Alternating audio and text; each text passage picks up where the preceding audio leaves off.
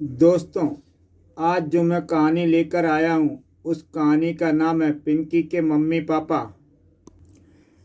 आज की कहानी में शरारती पिंकी की चुलबुली कहानी। तो दोस्तों, देखते हैं पिंकी की शरारतें। मधु, पिंकी दिखाई नहीं दे रही। पड़ोस में कहीं खेलने गई होगी। मैं उसे बुलाकर लाती हूँ। चंपू, क्या तुमने पिंकी को कहीं देखा है? हाँ आंटी, मैंने पिंकी को अभी एक जानवर के पास खड़े देखा था। हाँ, उसे भेड़ बकरियों पिल्लों और बिल्लियों से प्यार है। पर मैंने तो उसे शेर के पास खड़े देखा था। इससे पहले कि मेरी बेटी को कुछ हो जाए, जाकर उसे खतरनाक जानवर से दूर करना चाहिए। मिसेज मधु, कहाँ भागी जा रही हो? पिंकी को लाने। हाँ, इधर मैंने उसे देखा है। वह शेर के पास खड़ी थी। वह नादान लड़की हमेशा कुछ न कुछ परेशानी खड़ी कर देती है। पिंकी, मेरी बेटी। ओह, घर चलो, तुम्हारे पापा तुमसे कोई महत्वपूर्ण बात करना चाहते हैं। लो, आ गई तुम्हारी लाडली बेटी। तुम्हारे लिए एक खुशखबरी है। संयुक्त राष्ट्र संघ की शाखा यूनिसेफ एक आदर्श बच्चे का चुनाव कर रही है जो हर लिहाज से सभ्य हो। उनका प्रतिनिधि आता होगा। अगर तुम विश्व का आदर्श बच्चा चुन ली गई तो इनाम होगा 1 महीने तक मुफ्त में विश्व भ्रमण। इसलिए उस प्रतिनिधि के शिष्टाचार से पेश आना। पापा, आप बेफिक्र रहें। मगर आप मुझे अकेला छोड़कर कहाँ चल दिए? बाहर चुनाव की एक शर्त यह है कि बच्चे के माँ बाप दूर रहेंगे ताकि वे उसे गाइड न कर सकें। परीक्षा की घड़ी आ गई, जब मुझे सिद्ध कर दिखाना है कि मैं एक अच्छी लड़की हूँ। बाहर कार रुकने की आवाज आई है। लगता है वहां महोदय आ गए। आइए श्रीमान। श्री केशव की बेटी पिंकी आपका स्वागत करती है। बच्ची सचमुच बहुत सभ्य है। सोफे पर तशरीफ रखिए श्रीमान। जैसे ही वे सोफे पर बैठते हैं, उनके मुंह से चीख निकल आती है। मेरा लट्टू, इसकी कील चुभ गई होगी आपको। बड़ा दर्द हो रहा है। क्या घर में कोई गोली है? मैं खाऊंगा। क्या? गोली खाने से दर्द खत्म हो जाता है? हाँ, मैं अंदर से लाती हूँ। यह लीजिए गोली और पानी। मुझे गोली खाना अच्छा नहीं लगता, लेकिन मैं आंखें बंद करता हूँ। तुम गोली मेरे मुंह में डाल दो। श्रीमान, गोली आपके मुंह में गई। लीजिए, पानी का घूंट पी लीजिए। यह कौन सी गोली थी? बिना पानी पिए ही गले से नीचे लुढ़क गई। गोली यानी कंचा। उई, पेट दर्द। अगर आप शीर्षासन लगाएं तो कंचा लुढ़ककर मुंह के रास्ते से बाहर आ जाएगा। मैं उल्टा हो गया, पर कंचा अभी भी पेट में है। आई, पेट दर्द। 1 मिनट, इस स्थिति में रहो। यह डंडा किस लिए? इससे मैं आपकी पीठ ठोकूंगी, तभी कंचा लुढ़केगा। श्रीमान ने वहां से रफू चक्कर होने में ही अपनी भलाई समझी। बचाओ। कहो पिंकी, वह संयुक्त राष्ट्र संघ के प्रतिनिधि यहाँ से कैसा प्रभाव लेकर गए? वह तो उल्टा अपने जूते यहाँ छोड़ गए। मम्मी, तुम लिपस्टिक पाउडर लगा रही हो। क्या किटी पार्टी में जाना है? नहीं, हम सुनहरी नागिन फिल्म देखने जा रहे हैं। तो फिर सजने की क्या जरूरत है? क्यों? सिनेमा हॉल में तो अंधेरा होता है। वहां किसी को क्या पता चलेगा कि तुमने मेकअप किया है या नहीं। पिंकी, मम्मी को बातों में मत उलझाओ, नहीं तो देरी हो जाएगी। तुम बाहर जाकर कार में बैठो। हम तैयार होकर आते हैं। मधु, क्या तुम तैयार हो गई? बस नाखूनों में पॉलिश लगाना बाकी है। उफ, वहाँ लोग फिल्म देखने आएंगे, ना कि तुम्हारी नेल पॉलिश। फिल्म शुरू होने में बस कम समय रह गया है। चलिए, मैं तैयार हूँ।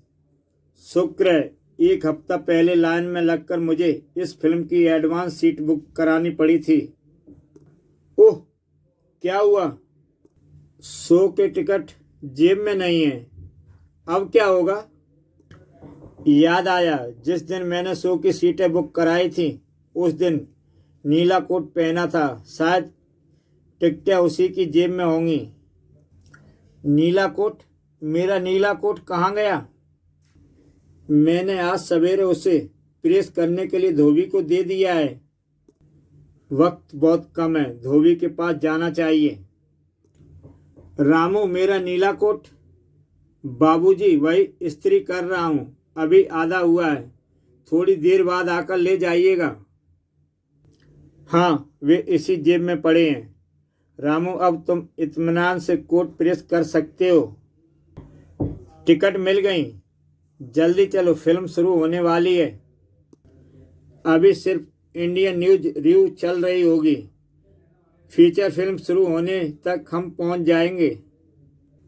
म्याऊं म्याऊं। बिल्ली का बच्चा? पिंकी, तुम गिन्नी को क्यों लाई? इसे सिनेमा हॉल में कोई नहीं जाने देगा। बिल्ली के बच्चे को घर छोड़कर आना पड़ेगा। अगर हम वापस घर गए तो फिल्म निकल जाएगी। क्या तुम गिन्नी को अपने कोट में नहीं छिपा सकते? इसे कोट में छिपाने से शायद यह गेट कीपर की नज़र से बच जाए। फिल्म शुरू हो चुकी है, कृपया रास्ता दें। पापा जी, गिन्नी को कोट के अंदर से निकालकर मुझे दे दीजिए। अंधेरे में किसी को पता नहीं चलेगा। ठीक है, इसे तुम अपने पास रखो। कुछ देर बाद, पिंकी, गिन्नी कहाँ है? अरे, वह कहाँ चली गई? सांप? कहाँ? मेरे पैर पर रेंगा था। सांप सांप कहाँ? सीट के नीचे। फिल्म रोक दी गई, बत्तियां जल उठी। सब बाहर आ जाओ। सांप सांप। सीटों के नीचे तलाश करो। जब सुनहरी नागिन हापुड़ में चली थी तब भी वहां सिनेमा हॉल में सांप निकला था। चप्पा चप्पा छान मारा लेकिन कुछ नहीं मिला। तभी उनकी नजर बिल्ली पर पड़ती है। तुम इसे अंदर कैसे लाई? दरवाजे से। चलो बाहर। सब अंदर आ जाएं, फिल्म आगे चलेगी। अंदर सिर्फ यह बिल्ली का बच्चा मिला। जल्दी से अपनी अपनी सीटों पर बैठ जाओ। आप हॉल के अंदर जानवर का प्रवेश निषेध है। पिंकी के मम्मी पापा को आधी फिल्म छोड़कर घर वापस आना पड़ा। आधी फिल्म देखकर घर लौटना कैसा लगता है? गिन्नी, रुको, उधर सड़क पर मत जाना। गिन्नी। ओह कुड़ी, ट्रक बेकाबू हो गया। तभी साबू की निगाह पिंकी पर पड़ती है। एंधी मौत मेरे सिरों पेंगी। रुको। बच गई। साबू जी, क्या तुसी ट्रक विच बैठ के मेरे नाल नहीं चल सकते? क्यों? ट्रक दी ब्रेक फेल हो गई ने। अगर एनू खड़ा करना होएगा तो किस तरह करांगा? नादान लड़की, आगे से इस तरह खतरनाक तरीके से सड़क पर दौड़ेगी। साबू की बातें को सुनकर पिंकी जोर जोर से रोने लगी। रोने क्यों लगी? तुमने मुझे डांटा। अच्छा बाबा, माफी दे दो। लो कान पकड़े, चुप हो जाओ। क्या मुझे कंधे पर बैठा कर सैर कराओगे? कराऊंगा। आओ। उफ, ओह, क्या मुसीबत है। बिल्लू को हटाओ, उसकी पूंछ मेरी नाक में घुस गई है। चलो हम पहाड़ की तरफ चलेंगे। वाह, क्या मनोरम दृश्य है। ऊंचे पहाड़, बीचों बीच एक नन्ही सी झोपड़ी।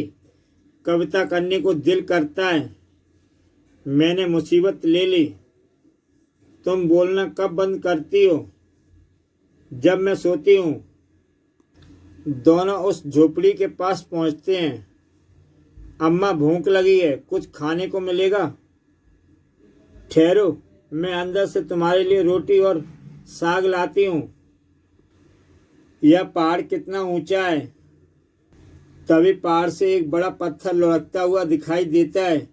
ओह, पहाड़ से बड़ा पत्थर लुढ़का।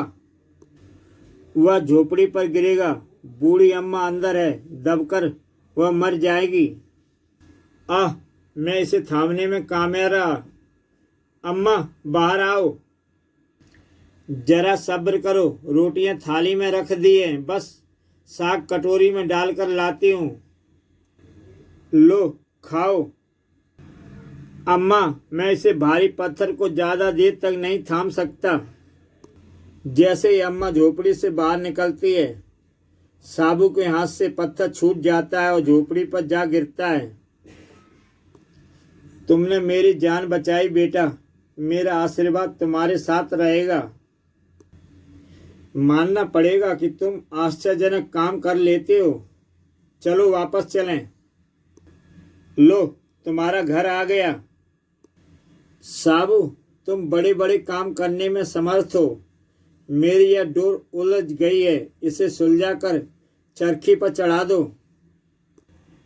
तब तक मैं अंदर से नाश्ता करके आती हूँ। मम्मी, भूख लगी है। टेबल पर बैठो, मैं नाश्ता लाती हूँ। वाह, मजा आ गया, क्यों गिन्नी? तभी पिंकी साबू को आवाज देती है। साबू, क्या डोर सुलझा दी? पिंकी बाहर आकर देखती है। साबू ने डोर तो नहीं सुलझाई, पर खुद उलझ गया। साबू, तुम बड़े बड़े काम कर सकते हो, पर एक छोटी सी डोर नहीं सुलझा सके। रहीम, मैंने तुम्हारा घर बना दिया है। हम काफी खेल चुके, मैं अब घर जाऊंगी। ठीक है पिंकी। घर वाले मेरे इंतजार कर रहे होंगे। घर पहुंचकर, दादाजी। पिंकी, क्या तुम कीचड़ में खेल कर आई हो? मुंह और कपड़े मिट्टी से सने हुए हैं। मेरे करीब ना आना, वरना मेरे कपड़े भी तुम खराब कर दोगी। दादाजी, मैं अभी नहाकर आती हूँ। थोड़ी देर बाद, दादाजी, मैं नहाकर और नए कपड़े पहनकर आ गई। छी छी, अभी भी तुम पूरी तरह साफ नहीं हुई। मगर मैं तो खूब साबुन मलकर नहाई थी। देखो तुम्हारे बड़े हुए नाखून, इनमें मैल भरा है, जो कि तंदुरुस्ती के लिए हानिकारक है। स्वच्छता के लिए नाखून का काट जाना जरूरी है। इधर लाओ हाथ। अब हुई ना बात?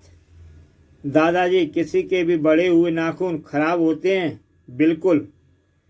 मेरी सहेली नीना के भाई जोखू के नाखून बड़े हुए हैं। उन्हें जितना जल्दी काटोगे उतना अच्छा है। दादाजी पिंकी से कहते हैं। पिंकी कहाँ चली? जोखू के नाखून काटने। नीना, तुम्हारा बड़ा भाई जोखू कहाँ है? वह सो रहा है, उसे जगाऊं? कोई ज़रूरत नहीं, मैं अपना काम उसे जगाए बगैर भी कर सकती हूँ। बाप रे, दादाजी तो मेरे छोटे नाखूनों पर ही गुस्सा कर रहे थे। अगर जोखू के इतने लंबे नाखून देखें तो पता नहीं कितने आग बबूला हों। उपकार करना चाहिए, इन्हें काट दूं। Cut cut. जब जोखू जगता है तो ओह, तुमने मेरे 10 साल की मेहनत पर पानी फेर दिया। मेरे नाखून विश्व में सबसे लंबे थे और मेरा नाम Guinness book of world record में लिखा जाने वाला था।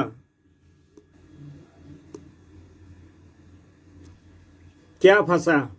नहीं, इस कमबख्त चूहे ने हमारी नींद हराम कर रखी है। जो भी चीज़ चूहेदानी में रखो चालाक उसे खाकर निकल भागता है।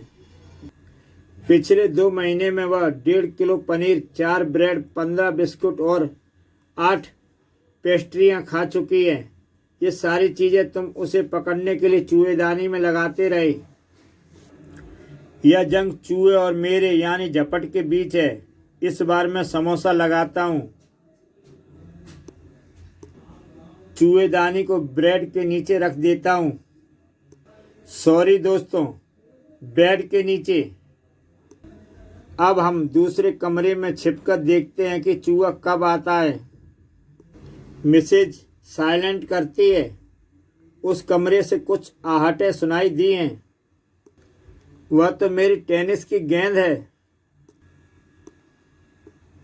अच्छा, तो दुश्मन मेरा ही टेनिस की गेंद को मेरे खिलाफ इस्तेमाल कर रहा है।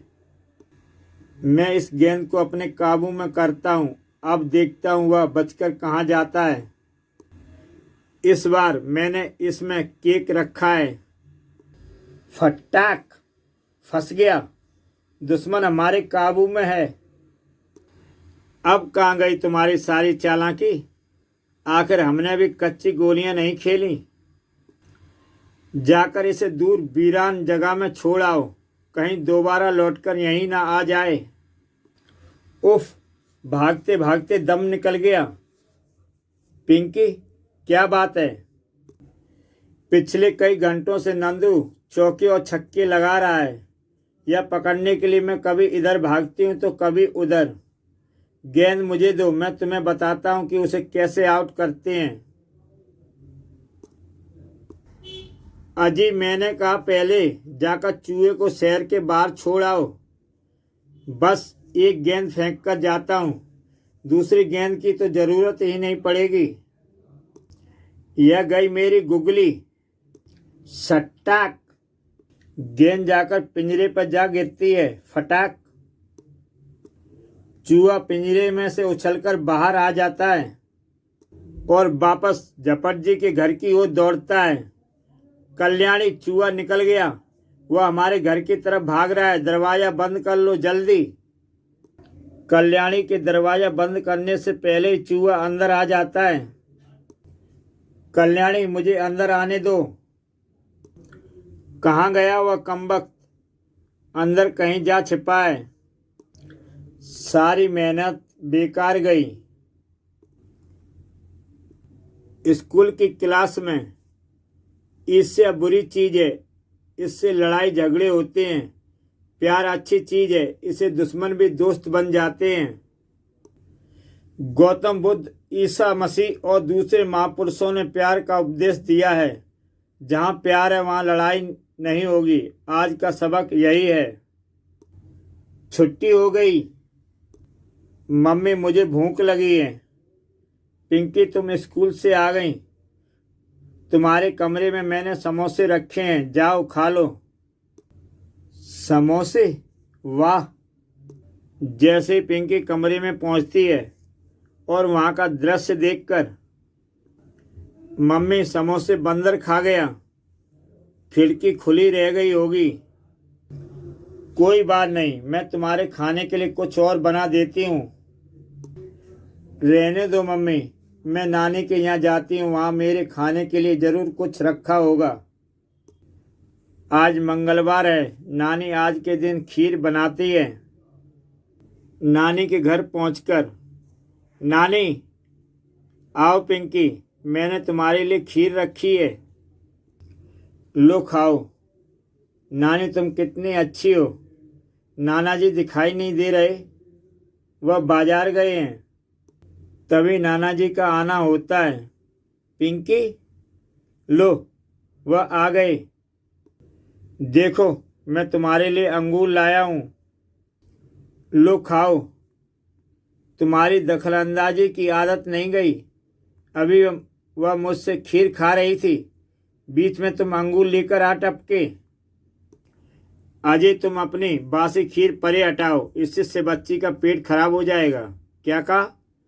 तुम्हारे खट्टे अंगूरों से क्या उसका गला खराब ना होगा? क्या मैं उसका दुश्मन हूँ जो उसका गला खराब करूँगा? मुझे तो ऐसा ही लगता है। दोबारा ऐसा कहा तो जुबान खींच लूँगा। मैं तुम्हारी खोपड़ी तोड़ दूंगी। मैं उसका नाना हूँ, मुझे अपना नातिन प्यारी है। मैं उसकी नानी हूँ, वह मेरी आँख की तारी है। रुको रुको रुको, झगड़ो मत। मैं एक बार नानी से 1 चम्मच खीर खाऊंगी, दूसरी बार नाना से 2 अंगूर खाऊंगी। लो खीर खाओ, फिर मेरे अंगूरों की बारी है। कभी कभी ज़्यादा प्यार लड़ाई का कारण भी बन जाता है। मम्मी और पापा दोनों शॉपिंग करने गए हैं। मैं अकेली घर में बोर हो रही हूँ। क्यों ना मैं डॉक्टर बागबान को बुला लूँ, बैठकर थोड़ी देर गपशप करेंगे, दिल बहल जाएगा। टेलीफोन डायरेक्टरी में डॉक्टर बागबान का नंबर होगा। हाँ, मिल गया नंबर। दूसरी तरफ टेलीफोन बज उठा। अंकल, आप जल्दी मेरे घर आ जाइए। क्यों, भयंकर आग लगी है क्या? आग? कैसी आग? अगर तुम्हारा घर नहीं जल रहा तो हमें क्यों परेशान कर रही हो? लगता है गलत नंबर मिल गया था, दोबारा कोशिश करती हूँ। हेलो डॉक्टर साहब। डॉक्टर? यह वह जगह है जहाँ सारे डॉक्टर नाकामयाब हो जाते हैं। यह शमशान घाट है। फिर गलत नंबर, अजीब मुसीबत है। आइडिया, टेलीफोन का ठीक नंबर मिलाने से गलत नंबर मिलता है। क्यों ना आंखें बंद करके गलत नंबर मिलाऊं, उससे शायद सही नंबर मिल जाए। हेलो, डॉक्टर बागबान का क्लिनिक। डॉक्टर अंकल, मैं पिंकी बोल रही हूँ, आप फौरन चले आइए। लगता है कोई गंभीर बीमारी है, मुझे देर नहीं करनी चाहिए। आजकल मलेरिया शहर में फैला हुआ, हो सकता है पिंकी को वही हो गया हो। पिंकी, मरीज को बिस्तर से नहीं उठाना चाहिए, चलो जाकर लेट जाओ। डॉक्टर साहब, मैं बीमार नहीं हूँ, घर में अकेली बोर हो रही थी, इसलिए आपको बुलाया है, बैठकर बातें करेंगे।